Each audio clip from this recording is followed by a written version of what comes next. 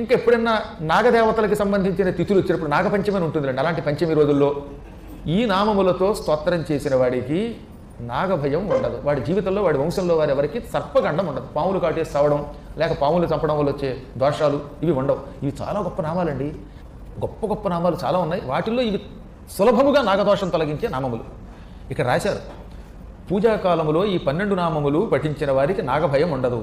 తస్య వంశోద్భవస్య వంశం అభివృద్ధి చెందుతుంది. పాముల భయం కొన్ని చోట్ల ఉంటుంది. లేదా నిద్రపోతున్న వాళ్ళకి కల్లో పాములు రావచ్చు. ఒక్కొక్కసారి కర్మగాలి పాములు పుట్టల దగ్గర పడుకోవచ్చు. లేదా ఏదో రకంగా నాగదోషం రావచ్చు. మన పొలాల్లో కూడా పాములు తిరుగుతూ ఉండడం వల్ల మనకి తెలియకుండా వాటి వల్ల గండమో వాటి వల్ల మనకు గండమో రావచ్చు. ఇలాంటి భయంకరమైన నాగ సంబంధమైన సకల దోషములు ఈ స్తోత్రం చతుర్థి, పంచమి, షష్ఠి తిథులలో చదివితే నాగదేవతల ఆలయం దగ్గర ఉచ్యతే, వాడు అందులోంచి విముక్తి పొందుతాడు. నా అత్ర సంశయ, ఇందులో సందేహం లేదు.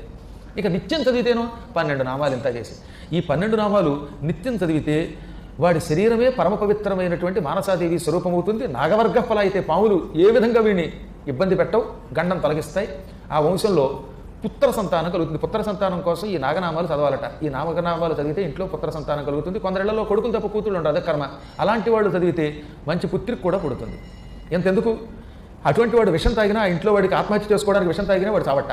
పిల్లలు కొంతమంది ఈ మధ్యకాలంలో విషాలు తాగేసి ఆత్మహత్య చేసుకుంటున్నారు. ఏదో 10th క్లాస్ ఫెయిల్ అయిపోతే చచ్చిపోవటం, ప్రేమలో ఫెయిల్యూర్ అయితే చచ్చిపోవటం విషం తాగి.